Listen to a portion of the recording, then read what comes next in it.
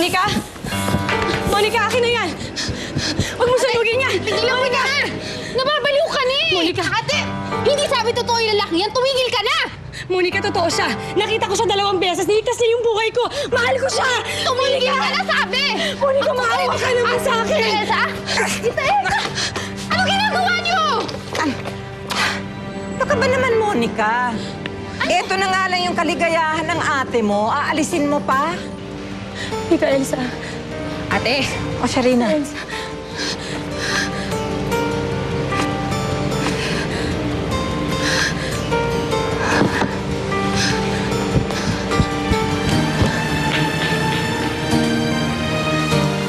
Ano? Naligtas niyo pa yung portrait tapos binigay niyo kay Sharina? Eh, di kala mababaliw yun. Kaya ko nga ginawa eh. Pag nabaliw na yan, Sharinang yan, si Monica na ang problema natin. Mapapasa atin ang bahay na ito. Genius, ma.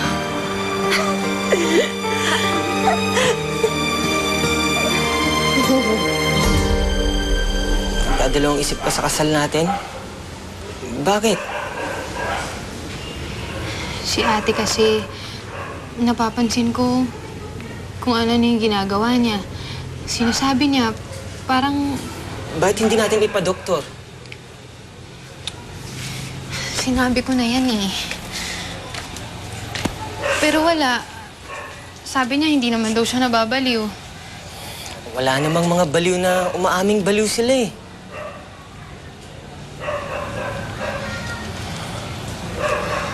Eh, Juni kasi. Tatakot kasi ako eh.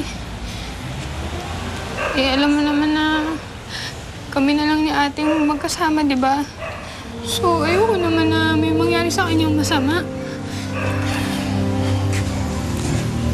Tahan na. Tahan na. Ipapagamot natin ang ate mo. Huwag mong intindihin yung kasal natin. Makapaghintay naman yun eh. Unahin muna natin ang ate mo. Salamat, ha? Basta, ako lang pakakasalan mo ah.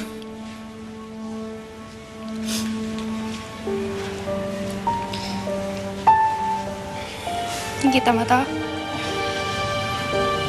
Hanggat suot ko to, hanggat nakalagay ito sa daliri ko, pinapangako ko sa'yo na sa'yo lang ang puso ko. Ha? Salamat, ha? Aks naman.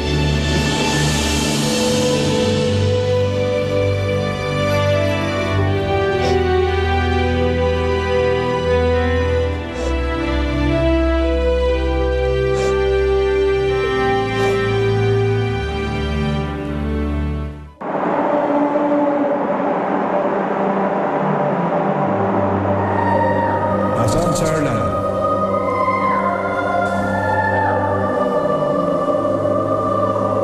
Jurel.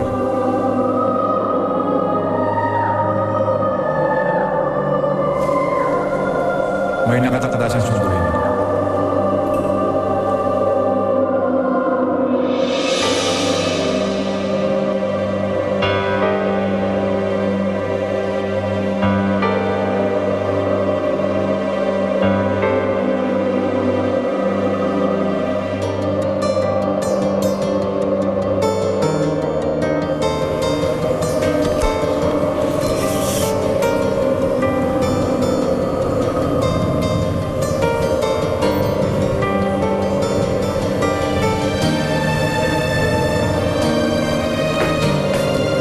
Ate, o bakit?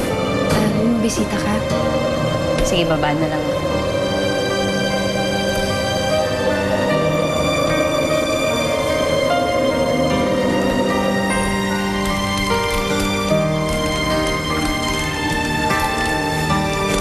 Sharina.